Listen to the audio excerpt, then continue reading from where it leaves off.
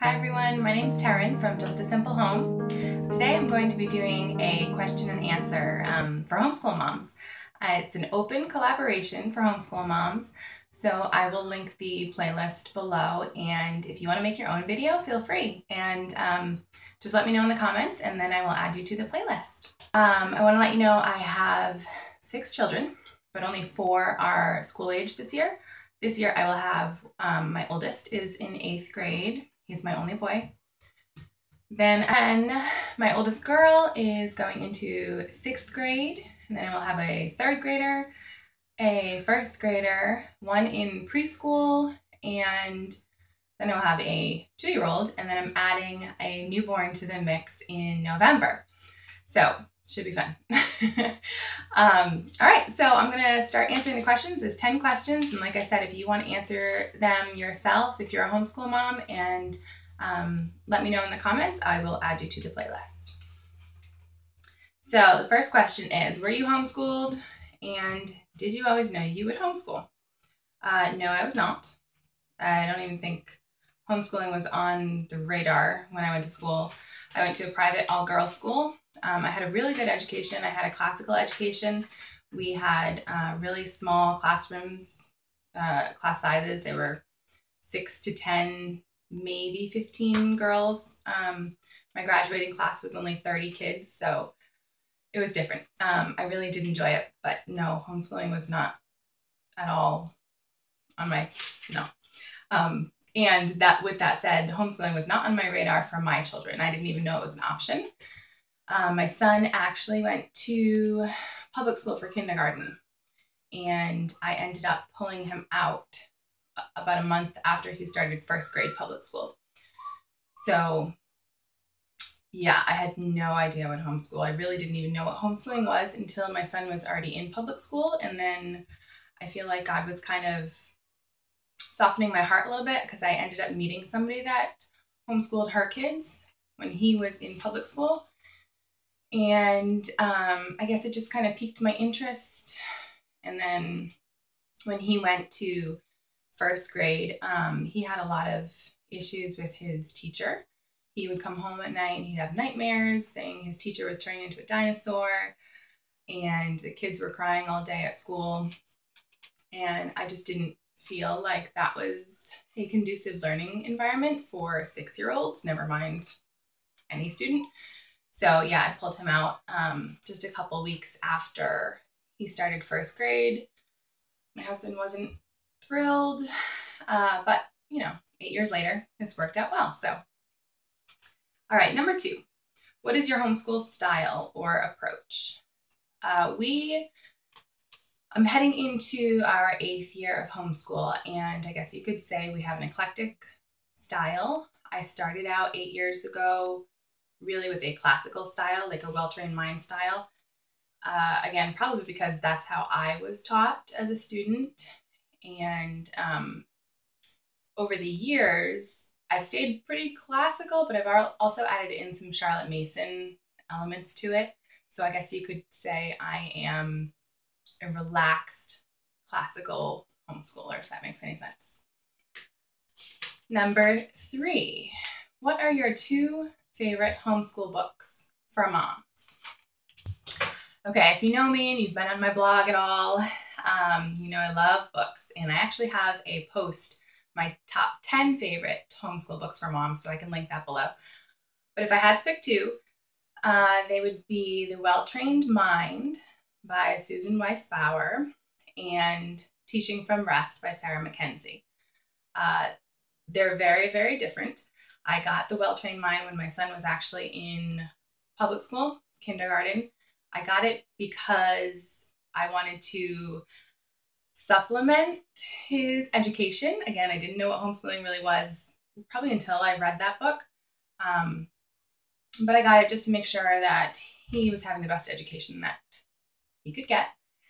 And now, still 8 years later, I do have that same edition, but I use it pretty regularly. I mean, at least a couple times a year I'll look into it, especially as one child, mainly my oldest, goes into a new grade level or a new stage, if you're familiar with the trivium at all. So I use it as a reference for sure. I definitely do not follow it to a T. I don't think anybody in their right mind could, although it's a great book. It's packed full of information, and it goes all the way from, I think it starts at preschool, all the way through high school. So it's a ton of information, but I love it. I really love it. Teaching from Rest is very different. It's a small book, kind of just gives you permission to, I guess, slow down and teach from rest as a homeschool mom. It's like a breath of fresh air for me. And at this point, it's a quarterly read for me, maybe twice a year. I definitely read it. I'm actually reading it now in July to start our new school year. And then I usually read it like January, February again, when we have that lovely homeschool slump. So I highly, highly encourage you to get that book. I would probably say out of the two, I would say get Teaching from Rest, whether you're a new or veteran homeschool mom. It's definitely a good read. All right. Number 4. What is your homeschool schedule like? Do you school year round? Do you have 4-day, 5-day schedule? Do you take breaks? Things like that. We do homeschool year round for the most part. I try to start sometime in July. It's usually toward the end of July. And my goal is to finish sometime in May. We take a good portion off for Christmas. I usually take all of December off. We have a good 4 or 5 weeks, I'd say. And then we take a few weeks here and there. I usually take a week, like March, sometime in the spring. We take June off typically.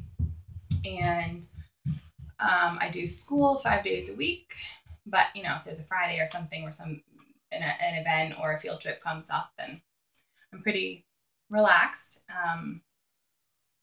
Yeah, and we try to start around 9 in the morning. We usually finish, depending on the kids' ages, sometime around 1 to 2 o'clock in the afternoon. So I don't think it's too bad. Number 5, what is your favorite and least favorite thing about homeschooling? My favorite thing is just being with my kids all day, honestly. I love being with them. I love who they are. I love spending time with them. When my son did go to public school, I missed him terribly, and I can't imagine sending my kids to school for 8, 9 more hours a day. I enjoy them. I enjoy being with them. I enjoy seeing them learning. I just enjoy all of it. I really do love being a mom. I love being a homeschool mom, and I love having my kids with me. Not that I'm a helicopter mom, but you know what I mean. As far as my least favorite thing, it's probably just when I butt heads with one of my kids.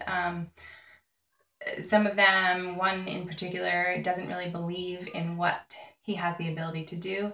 And as a mom and as a homeschool mom, that's really frustrating when I know what they're capable of and I obviously want it more than them. That leads to a lot of frustration, but I wouldn't change it.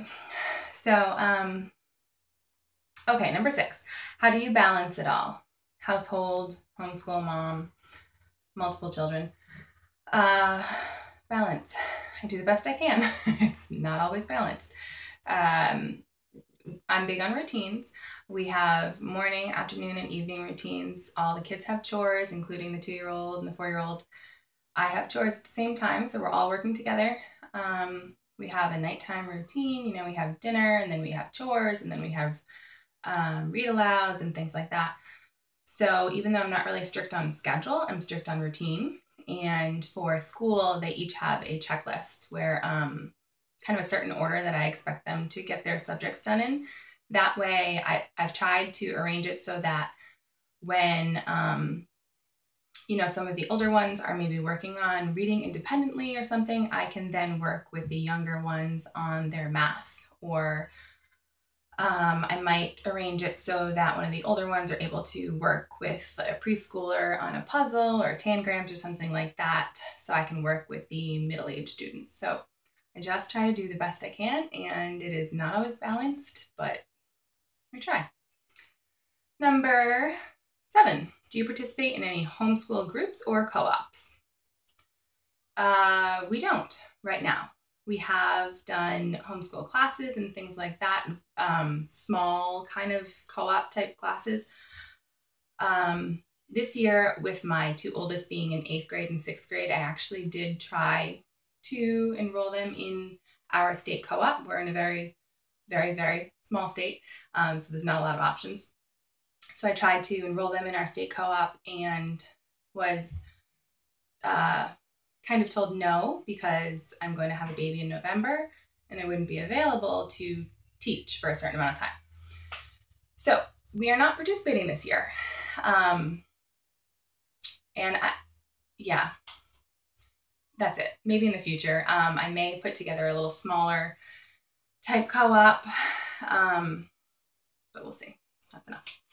Number 8, what is your favorite and least favorite subjects to teach? My favorite is probably science. I'm a big science fan, and that's a lot of fun. We can do projects and learn about animals and biology and anatomy and physiology. So luckily all my kids really enjoy science, and I feel like that's a really hands-on subject to teach, so that's fun. My least favorite, I honestly don't really have a least favorite for one reason. Math can be a struggle, although I don't mind teaching it. I just mind when, I guess, they don't learn in the same way that I want to teach, so that's on me.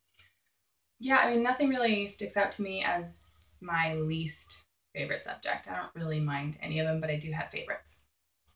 Number 9, do you have any family support? Does your spouse help out in homeschooling at all? And what does that look like?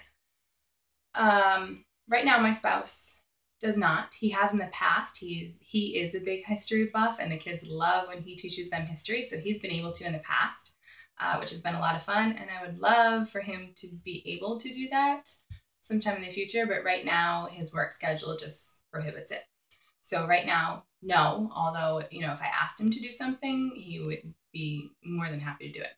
He's come a long way in 8 years. 8 years ago when I first started homeschooling, he was not a fan, not happy, and he's definitely been involved over the years, so that's been nice. As far as other family support, no, not really. Most of my family, I think, after so many years, knows that we homeschool, and they just kind of ignore it, I guess, and I don't really talk about it. We've had a few discussions over the years where some people haven't agreed with it and, assumed that I would put them in public school after a certain amount of years, and it's kind of where the discussion ends, so I just don't bring it up. Okay, and number 10, the last question. Any advice you would give a new or overwhelmed homeschool mom? The best advice I would give a new homeschool mom is to not do school at home, not do public school at home, to just enjoy it, to take some time to learn your teaching style, to learn your children's learning styles, to really enjoy learning, to enjoy teaching. God has called you to homeschool for a reason. You are, without a doubt, the best teacher for your children. So I think it's just to take the pressure off, to not think that the grass is greener, that somebody else is doing it better than you, because they're not. They're doing what is best for their family, and you are doing what is best for your family. So just take the pressure off, enjoy your kids, snuggle up on the couch, read some books, just watch them learn and enjoy learning, and just enjoy being a homeschool mom. It's really the best thing you can do for your family. So that's it. That is all the questions. Like I said, if you're a homeschool mom and you want to answer these questions and make your own video, just let me know. Leave your link in the comments below and I will add it to the playlist. And if you're new here, thanks so much for watching. I hope you subscribe and give this video a thumbs up, and I will see you next time. Bye.